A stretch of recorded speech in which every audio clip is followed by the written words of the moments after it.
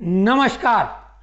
आप सभी दर्शकों से हमारी एक विनम्र प्रार्थना है कि अब आप हमारे चैनल को सब्सक्राइब बेधड़क होके करें। बोलेंगे क्यों? क्योंकि अभी तक हमने जितने भी वीडियो डाले हैं और अभी जो हाल ही में यानी कल वर्ल्ड कप का तमाशा ख़त्म हुआ है उस पर भी अनेकों वीडियो डाले और खेल शुरू होने के कुछ घंटे पहले हमने एक विशेष वीडियो डाला था। पूरा किसी ने नहीं देखा, इसमें लिंक देंगे, उसको पूरा वीडियो देखेंगे और पाएंगे कि बड़े से बड़े पत्रकार जो अपने को तोपचंद समझते हैं, खेल विशेषज्ञ, पूरे दुनिया भर के यूट्यूबर जो भी हैं, प्रिंट मीडिया, हमने जितने सटीक ढंग से विश्लेषण करके वो वीडियो डाला था, ऐसा एक भी वीडियो अगर आप कहीं पाएं तो हमें बताएं। इतना कमाल का आप मान जाएंगे।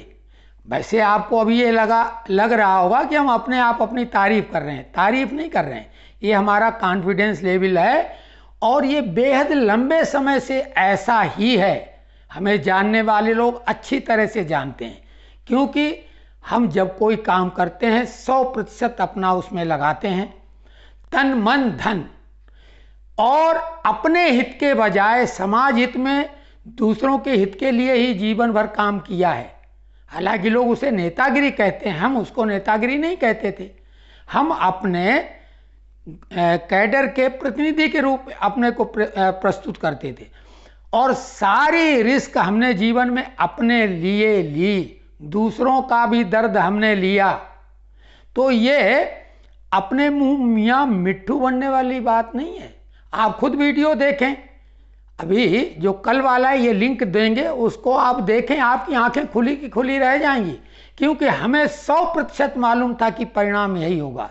हालांकि जो स्क्रिप्ट लिखी गई सटोरियों के द्वारा, ध्यान दो, सटोरियों के द्वारा लिखी हुई स्क्रिप्ट पर खेल खेला गया, लेकिन वो बहुत बढ़िया स्क्रिप्ट लिख सकते थे। उनके पास स्क्रिप्ट राइटर उतने बढ़िया नहीं थे। अगर कोई ढंग का स्क्रिप्ट राइटर होता तो खेल रोमांचक होता, लोगों को लगता कि नहीं खेल अच्छा हुआ तो और ऐसा हो सकता। ये तो खुलेआम सब कुछ, अगर थोड़ी भी समझ रखने वाला है वो समझ लेगा कि ये कैसा था। अभी हम विश्लेषण करेंगे, वीडियो थोड़ा लंबा होगा, धैर्य से इस वीडियो को देख लें। अगर नहीं देख सकते हैं तो बिल्कुल ना देखें, लेकिन अगर देख लेते हैं तो केवल खेल नहीं, आपके जीवन में बहुत सारी ऐसी बातें हैं कि जिसमें लोभ, लालच, आकर्षण और ये जो पॉपुलैरिटी, इनके चक्कर में आदमी लुटता पिटता बर्बाद होता रहता है। तो ज़्यादा के चक्कर में अपना थोड़ा बचा के रखेंगे, क्योंकि ज़्यादा इतनी आसानी से किसी को कुछ मिलता नहीं है। जो थोड़ा बहुत होता है वो भी आपका लेने के लिए कई लोग बैठे हुए हैं। बात समझ लो। हमने एक वीडियो और डाला जिससे आपको हमारे बारे में अंदाज़ा लगेगा कि हमारा अनुभव कैसा। राजनीति और खेल के क्षेत्र में तो अनुभव है ही किसी के भी लेवल का, क्योंकि हम भी एमएलए का चुनाव लड़ते लड़ते नहीं लड़ पाए। टिकट मिल गई थी, वो भी भारतीय जनता पार्टी की, लेकिन हमारी नौकरी से इस्तीफा मंजूर नहीं हो पाया। आप अनुमान लगा लो। तो राजनीति की समझ है। और क्रिकेट 69 से हम देख रहे हैं। गुंडप्पा विश्वनाथ ने जब सेंचुरी लगाई थी दूसरी इनिंग में, पहली इनिंग में 0 पे आउट हो गए थे कानपुर में, उस मैच से हमने क्रिकेट को फॉलो किया, 73 में टेलीविज़न पे देखा, और आज तक क्रिकेट के बारे में जो भी जानकारी और आंकड़े रखते हैं वो बेहद कम लोगों के पास होंगे। तो खैर, कल ही चर्चा चल रही थी, जो बहुत बड़े क्रिकेट के ठेकेदार हैं और वही रोजी रोटी है उनकी, और वो चर्चा कर रहे थे केएल राहुल के बारे में कि 64 गेंद पे उन्होंने सेंचुरी ठोकी थी। पास में बैठे बेटे को हमने बोला ये गलत बोल रहा है। बोले पापा कैसे? हमने कहा 62 गेंद पे लगाई है और हमने वीडियो भी वो डाला है। तो बोले नहीं ये, तो हमने कहा नहीं देखो अभी गूगल से पूछ लो। तो 62 गेंद पे थी तो वो थी। तो कुल मिला के ये जो बहुत बड़े तोपचंद बनते हैं, रटे रटाए, ठीक है, इनको उसी फील्ड में तो इनको नॉलेज, लेकिन ये कुछ भी बोलते रहते हैं, इनकी हर बात भरोसेमंद नहीं है। और हम आपको एक सटीक उदाहरण देने जा रहे हैं कि खेल दुनिया का, अगर किसी से सवाल कर लो कि दुनिया का सबसे लोकप्रिय खेल कौन है, तो कुछ लोग क्रिकेट भी बोल सकते हैं, लेकिन वो तो मूर्खतापूर्ण जवाब होगा, क्योंकि क्रिकेट आप अनुमान लगा लो, जिसे विश्व कप कहा गया, केवल 10 देशों की टीम उसमें खेल रही थी और उसमें से भी 2 टीमें किसी तरीके से खींच के लाई गई थी। तो ये कोई वर्ल्ड चैंपियन वाला या विश्व में लोकप्रिय खेल बिल्कुल नहीं है। अब फुटबॉल को कहेंगे, काफ़ी हद तक सही है, लेकिन फुटबॉल भी नहीं है, क्योंकि जन जन तक उसकी पहुंच कहाँ है। फुटबॉल खेलने के लिए ग्राउंड चाहिए, फुटबॉल चाहिए। सबसे लोकप्रिय खेल है ताश का खेल, प्लेइंग कार्ड, और हमारी चुनौती है कि कोई और दूसरा खेल बता दे। तो ताश का खेल सबसे ज़्यादा लोकप्रिय, मनोरंजक है, सस्ता, सुंदर, टिकाऊ, गांव, देहात, शहर, ट्रेन, चलते फिरते कहीं भी 2 लोग मिल जाएं, 2 लोग में भी खेल शुरू। और कुछ लोग तो ऐसे हैं कि जो अकेले भी खेल लेते हैं, ब्रिज वगैरह और कई ऐसे खेल हैं जो अकेले भी खेल लेते हैं, केवल वही 52 पत्ते वाली गड्डी। हालांकि 52 पत्ते से ज़्यादा होते हैं, वो जोकर कहलाते हैं, लेकिन खेल में प्रायः 52 पत्तों का ही उपयोग होता है, लेकिन ऐसा नहीं, कई बार उन जोकरों का भी उपयोग होता है। तो ताश का खेल बेहद यानी प्रसिद्ध भी है, लेकिन ये जुआ विशेषकर ताश के खेल के साथ ही जुड़ा। जब वो खेल जुए में बदल जाता है तो विनाशकारी और खतरनाक हो जाता है, कई घर तबाह हो जाते हैं।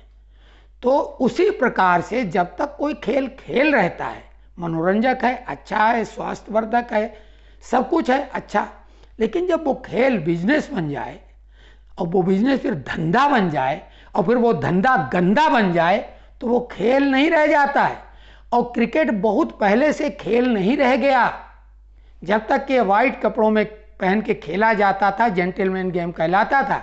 कैरी पैकर्स ने सबसे पहले ये रंगीन कपड़ों वाला और डे नाइट वाला प्रयोग किया था, और पूरे जो प्रसिद्ध क्रिकेट टीमें थी दुनिया की लगभग सब बर्बाद हो गई भारत को छोड़ के, क्योंकि भारत में उस समय उतने लोकप्रिय ओडीआई लायक खिलाड़ी नहीं हुआ करते थे। तो खैर, क्योंकि सुनील गावस्कर ने 174 गेंद पे 36 रन बनाए थे और वही सबसे ज़्यादा प्रसिद्ध थे, तो उनकी कोई गुंजाइश भी नहीं थी। खैर, अब आप समझ लो कि खेल जब धंधा बन जाए, वो भी गंदा। अब क्रिकेट, एक जो सट्टा ऐप अभी चल रहे हैं, महादेव बैटिंग ऐप, महादेव सट्टा ऐप की चर्चा चल रही है। सौरभ चंद्राकर जूस बेचने वाला ठेले पे रातों रात 200 करोड़ अपनी शादी में खर्च कर देता है, पानी की तरह। 5000 करोड़ की संपत्ति अर्जित कर लेता है कुछ ही महीनों में। ये क्या है? ये है सट्टा। अरे भैया, आप खेल को खेल की तरह देखो, उसको सट्टा जुआ ये वो। अब कल जो जमावड़ा था नरेंद्र मोदी स्टेडियम में, कितने बड़े बड़े दिग्गज, एक फोटो बहुत चर्चित हुई थी कि सुनील मनोहर गावस्कर साइड में खड़ी हुई महिला की पैंट खुद उनने पहन ली बेचारी की छीन के, क्योंकि वो महिला जिस अंदाज में खड़ी थी वो शर्मनाक स्थिति लग रही थी। क्या कहा जाए उसे, पुरुष वैसा तो खड़ा नहीं, वो अश्लील फिर कहलाएगा पुरुष। उसके ऊपर तो कानूनी रूप से मुकदमा चल जाएगा कि सार्वजनिक स्थल पे ऐसा ये अश्लीलता प्रदर्शित कर रहा है। तो देखिए, क्रिकेट में ग्लैमर आ गया है, सट्टा आ गया है, पैसा बहुत आ गया है। सारे लोग लगे हुए थे, टीवी चैनल, एक्सपर्ट, ये वो, दायां बायां, सब पैसे के लिए लगे थे और सबके अपने अपने हित थे। अब कई लोगों ने सट्टा भी लगा रखा था। अब लगा किन लोगों ने रखा होगा और किस पे लगा रखा होगा, वही हमने कल बोला था कि देश से लेकर विदेश तक के तमाम पत्रकार, खेल पत्रकार, साधारण आदमी, आम आदमी, क्रिकेट की समझ रखने वाला, नहीं समझ रखने वाला भी, जो भी व्यक्ति है, वो सभी एक मत थे कि इंडिया जो है जीतेगी, क्योंकि इंडिया का परफॉर्मेंस इतना शानदार जानदार रहा था। 11 के 11 खिलाड़ी कमाल कर चुके थे, एक खिलाड़ी के भरोसे टीम नहीं थी।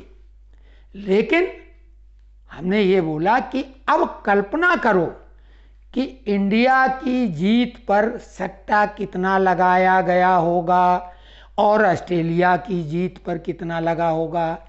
सटोरिये जिनके ही हाथ में खेल होता, कैसे अंपायर बहुत आसानी से मैनेज किए जा सकते हैं, जिनके हाथ में बहुत कुछ होता है। अपील जब कोई होती है, DRS होता है, तो अंपायर का फैसला अगर 50-50 है तो अंपायर का फैसला ही मान्य होता है। तो अंपायर खेल को बदल सकता है। अंपायर को मैनेज करना बिल्कुल आसान है। ऐसे ऐसे इलेक्ट्रॉनिक गैजेट हैं कि संपर्क बहुत आसानी से साधा जा सकता है। और जब बड़ी बड़ी अथॉरिटियां, एक राज्य का मुख्यमंत्री तक सट्टे के खेल में सहयोगी की भूमिका अदा करेगा। और ऐसा नहीं कि केंद्र सरकार के लोग नहीं मैनेज किए जा सकते हैं, जो अधिकारी हैं निगरानी रखने वाले वो मैनेज नहीं करे जा सकते हैं। ईडी के जो सबसे ताकतवर अभी संस्था बन के उभरी, उसके अधिकारी खुद घूस लेते हुए पकड़े जा रहे हैं। तो कहने का मतलब पैसा इतना ताकतवर है कि उससे बहुत कुछ मैनेज हो जाता है। अब रही बात की खिलाड़ियों की, ये खिलाड़ी इतने उत्कृष्ट दर्जे के होते हैं कि खिलाड़ी का मतलब ही है इंटरनेशनल खिलाड़ी। वैसा ही लगभग सर्कस में जो लोग होते हैं कि वो अपने फन के माहिर होते हैं। सर्कस के लोग कितना जोखिम वाला खेल दिखाते हैं, वो कोई जादू तो नहीं होता है। इतना बढ़िया अभ्यास करते हैं वो कि वो रस्सी पे चल सकते हैं और जाने क्या क्या कर सकते हैं, जो हमें अचंभित करता है, और वो करते हैं। अब ये क्रिकेट के खिलाड़ी भी अंतर्राष्ट्रीय स्तर के हैं, तो ये हम लोग जिस गेंद पे आउट हो सकते हैं उस पर छक्का लगा सकते हैं। नहीं तो एक ओवर में 6 छक्के कैसे लगा सकता खिलाड़ी? बॉलर भी तो कोशिश करेगा कि ना लगे। तो ये खिलाड़ी अपने मन मुताबिक खेल सकते हैं। अगर इनको गेंदबाज और बल्लेबाज दोनों मिल जाए थोड़ा, तो दर्शक बेवकूफ़ बन जाएंगे, वो बाकी दोनों की मर्जी से खेल आगे बढ़ेगा। और सारे खिलाड़ी किसके मर्जी पे चलेंगे? वो सट्टेबाज जो बैठा हुआ है, सट्टेबाज की मर्जी से चलेंगे, क्योंकि एक तरफ प्रलोभन के नाम पे, ग्लैमर के नाम पे उन्हें क्या क्या नहीं मिलता है, जो भी किसी व्यक्ति को विचलित कर सकता है, जो मना सकता है। लोग यही तो बोलते हैं ना, हमारा क्या फायदा होगा। तो पैसा, इतना पैसा कि आंखें चौधिया जाएं, इतना पैसा ऑफर। मान लिया उन्होंने सब कुछ ऑफर किया, सुरा सुंदरी, स्वर्ण सुरा सुंदरी से ही दुनिया सब मैनेज की जाती है, उसके बाद भी आदमी न माने तो भय भी न हो न प्रीत। वो जान भी बहुत आसानी से ले सकते हैं और कईयों की ले चुके हैं। सबसे बड़ा नाम हैंसी क्रोनिये का, जिन्होंने कबूल लिया था और उनका प्लेन ही क्रैश करा दिया गया। उसके बाद एक किताब लिख रहे थे जो पाकिस्तान के कोच थे, उनकी भी हत्या हो गई, और ऐसे कई और लोगों की हत्या हो चुकी है। इन खिलाड़ियों के पास क्या लगातार कोई Z+ श्रेणी की सुरक्षा है क्या? और सुरक्षा होगी जैसे मंत्रियों के पास होती है, मुख्यमंत्री के पास होती है, लेकिन पैसे के मामले में तो फिर वो भी अपना निर्णय बदल लेते हैं। तो उनके पास साम दाम दंड भेद सभी तरीके हैं। और कल का खेल अब देखो, हमने चूंकि वीडियो डाला, लिंक में डालेंगे, देखें।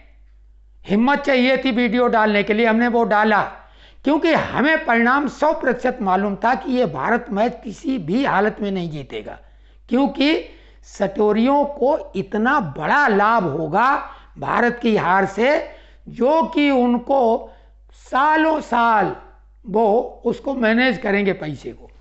अब आप खेल देखिए, कप्तान को ट्रॉफी उठाना था।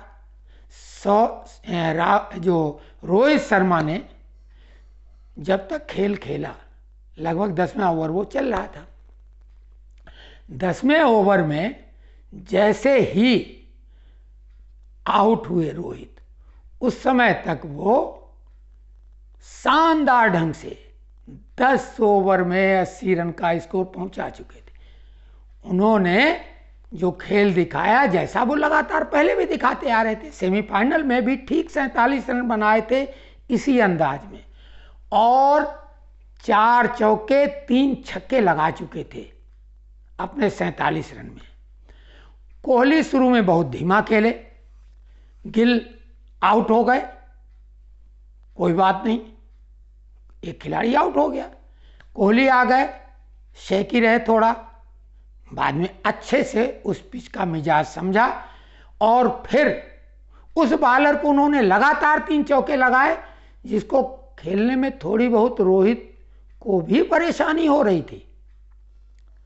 तो उस बॉलर को लगातार 3 चौके जड़े, और जब रोहित शर्मा आउट हुए उसके पहले कोहली भी 4 चौके लगा चुके थे।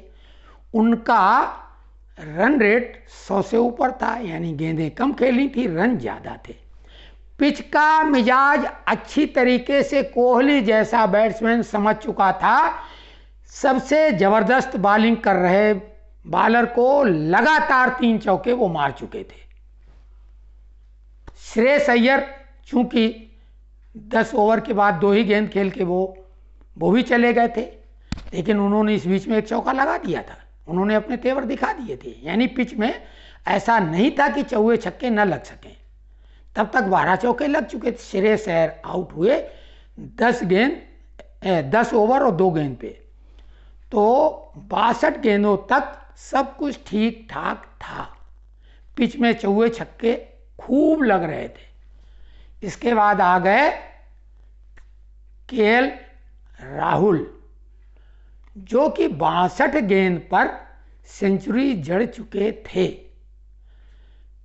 छक्के लगाने में माहिर। अब तथाकथित किंग कोहली, कैसी भी पिच हो शानदार खेल सकते हैं। थोड़ा सा उन्हें समझने के लिए चाहिए, जितना वो पिच को पढ़ सकते थे, पढ़ाई लिखाई सिखाई वो सब वो कर चुके थे और शानदार ढंग से खेल रहे थे। केएल राहुल आ गए, जो कि बोलने कि सारे खिलाड़ी फॉर्म में थे। अब साहब खेल शुरू हो जाता है और लगातार ये खेल जारी रहता है। 66 गेंद राहुल खेलते हैं, कोहली 54 गेंद खेलते हैं। पहले के 4 चौके कोहली के निकाल दो, एक भी चौका नहीं लगता है। 28 ओवर 3 गेंद पर चौथा विकेट कोहली का गिरता है। 18 ओवर लगातार इन लोगों ने खेले, एक भी चौका छक्का नहीं लगा। अचानक टॉप गियर में गाड़ी चलने वाली वो पहले गियर में फंस गई। कैसे फंस गई, किसने फंसा दी? पिच कितनी भी खतरनाक क्यों ना हो, जैसा कि हम बता रहे हैं कि 69 से हम क्रिकेट को फॉलो कर रहे हैं। गुंडप्पा विश्वनाथ ने पहला शतक लगाया था कानपुर में, पहली इनिंग में 0, दूसरे में 137। वो मैच भी हमने रेडियो पे कमेंट्री के रूप में सुना था और 73 में टेलीविज़न पे देखा। लगातार क्रिकेट के इतने आंकड़े हैं कि बिना कोई मोबाइल की मदद के आमने सामने चर्चा करेगा तो वो उसको समझ में आ जाएगी कि सामने वाले के पास कैसी जानकारी है। तो अब आप समझो कि ये 18 ओवर तक खेले खिलाड़ी, पिच अचानक तो बदल नहीं गई, तभी तो कोई ड्यू फैक्टर, कोई तरह का नया फैक्टर आया नहीं। और अचानक, अब पिच कितनी भी खतरनाक हो, चौके छक्के, चौवा नहीं लग रहा, छक्का तो बढ़ के मारा जा सकता है। मान लिया ग्राउंड स्लो हो जाए कि चौवा मारो, गेंद ढुनक के नहीं जा पा रही है बाउंड्री तक, छक्के में कोई प्रॉब्लम नहीं। जब स्पिनर, वो भी सामान्य स्पिनर, पार्ट टाइम स्पिनर, जो ओपनिंग बल्लेबाज था उनका वो बॉलिंग करने आ जाता है हेड, उसके गेंद को भी नहीं मार पा रहे। सारे बल्लेबाज क्या इनके बर्ड क्लास अचानक हो गए, इनके समझ से बाहर हो गए। क्योंकि पिच कितनी भी खतरनाक हो, मान लिया स्पिन ले रही, टर्न ले रही गजों के हिसाब से, तो आगे बढ़ के फॉरवर्ड गेंद को बिना ठप्पा खाए बैट्समैन छक्का मारता है। रवि शास्त्री ने मारे, सौरभ गांगुली ने मारे, और ये जो खिलाड़ी हैं, कोहली, शर्मा को तो छोड़ ही दो, बाकी भी सब ऐसा करने में सक्षम रहे हैं। इन्होंने एक बार भी अटेम्प्ट नहीं किया। क्यों? कौन सा दबाव था? जबकि मालूम है कि ये जो रन बन रहे हैं ये नाकाफी हैं। शर्मा ने 400 का स्कोर सेट किया था और ये कहा था कि अगर हम टॉस जीते तो भी बैटिंग करते। लगभग 400 के करीब का टारगेट सेट करने की योजना बना के शर्मा जी खेल रहे थे, और 80 रन का मतलब है 400 रन। 10 ओवर का 8 जो है 8 पंजे 40, 400 रन का टारगेट था, 350 तो होना था। उसके बाद आप समझ लो कि खिलाड़ी सब नहीं सेट होते हैं। एक अद्भुत अजूबा खिलाड़ी है सूर्य कुमार यादव, जिसको 360 डिग्री कहा जाता है। जब उसका नंबर आया, शायद तब तक उसको सेटिंग में नहीं लाया होगा मेन लूप लाइन में, तो जडेजा को भेज दिया गया और इस बीच में उसको भी सेट किया गया, क्योंकि सूर्य कुमार यादव जैसा खिलाड़ी भी केवल एक चौका लगा पाता है, वो भी किस तरह का आपने देखा। केएल राहुल ने मात्र एक चौका लगाया था, उस पर आउट होने वाला था। कोई सेट बल्लेबाज जब रिस्क में होता उस टाइप का शॉट नहीं लगाता है। तो स्कूप शॉट राहुल ने वो लगाया था। स्कूप शॉट रिस्की होता है और बैट्समैन जब कंफर्ट जोन में होता है तब ऐसा करता है। वो चौका लग गया था, वो रिस्की था, वो गलती से लग गया, ये मान लो। बाकी सूर्य कुमार यादव का भी चौका वैसे ही था और ऐसा लग रहा था कि ताला लगा हुआ है बल्ले में। लेकिन जब सूर्य कुमार यादव के साथ मोहम्मद शमी आए तो उन्होंने फटाक से चौका मार दिया, क्योंकि मोहम्मद शमी के लिए तो कहा नहीं गया होगा कि भाई तुम बैटिंग में कुछ आउट हो जाना या रन नहीं बनाना। हालांकि शमी अपना आए और अपना बना के चल दिए।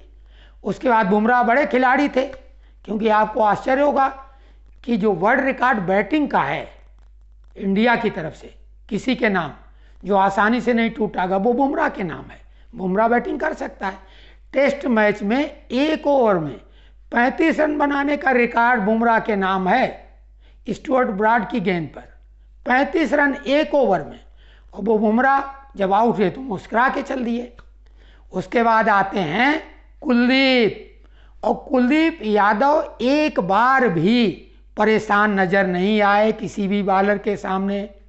उन्होंने शानदार ढंग से खेला और जब सूर्य कुमार यादव आउट हो गए तो सिराज और कुलदीप यादव आ गए।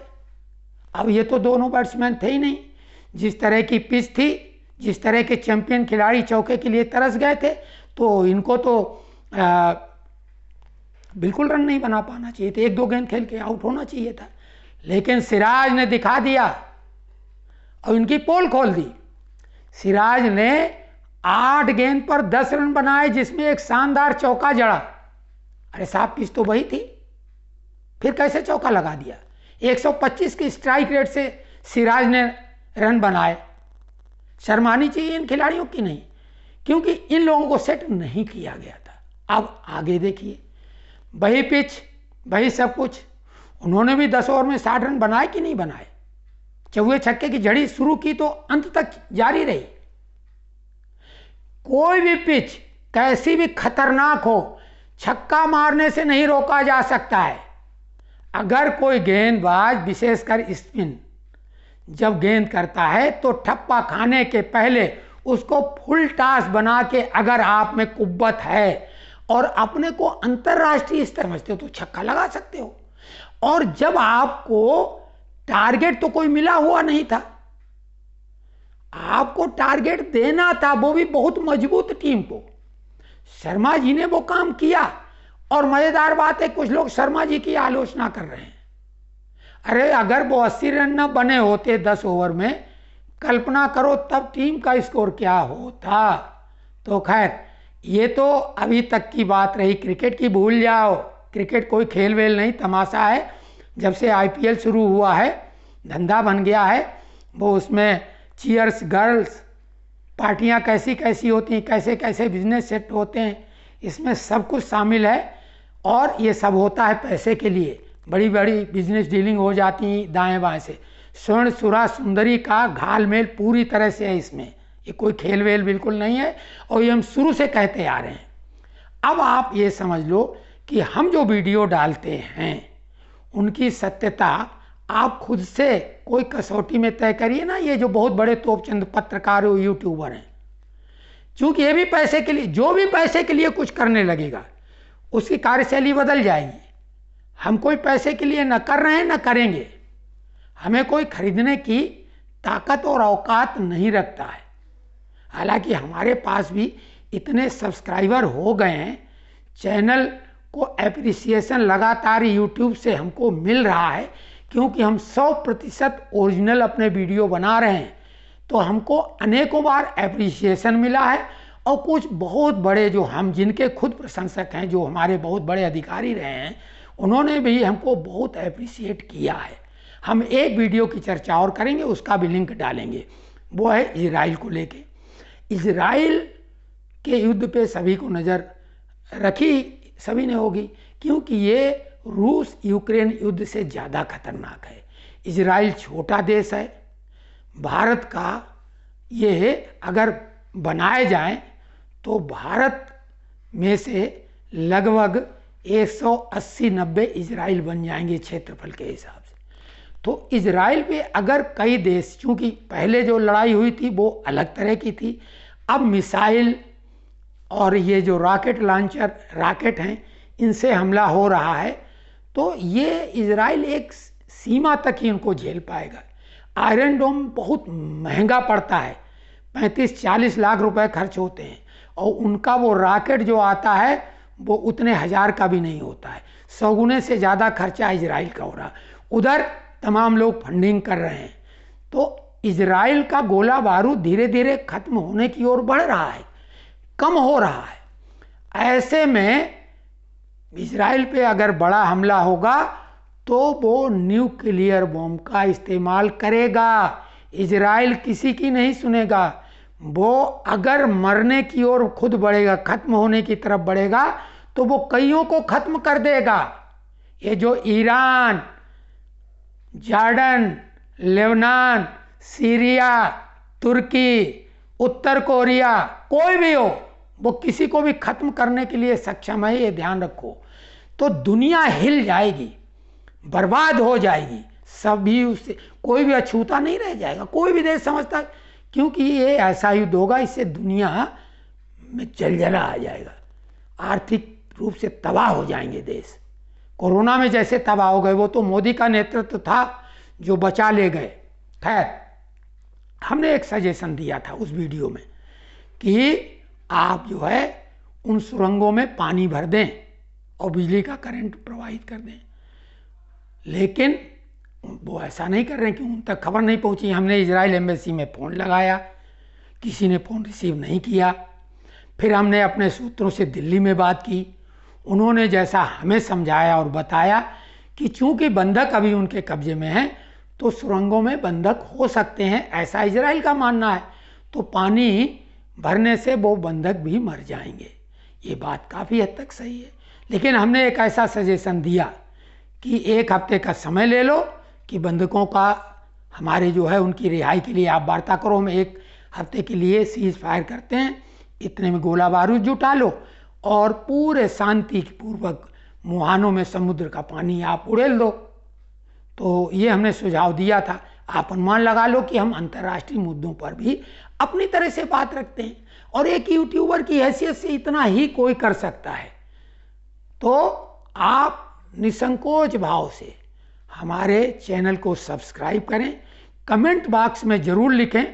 हम भावुक भी हैं, हमें क्रोध भी आता है, क्योंकि हम एक सामान्य आदमी हैं। जो चतुर होते हैं, धंधेबाज होते हैं, वो गाली में भी मुस्करा सकते हैं, हम वो नहीं हैं। हम एक सामान्य आदमी हैं, और आप जो भी सामान्य व्यक्ति हैं उन्हीं के लिए हैं। लेकिन जो भी जानकारी देंगे वो तथ्यपूर्ण होगी, सत्य होगी, मिलावट हरगिज नहीं होगी।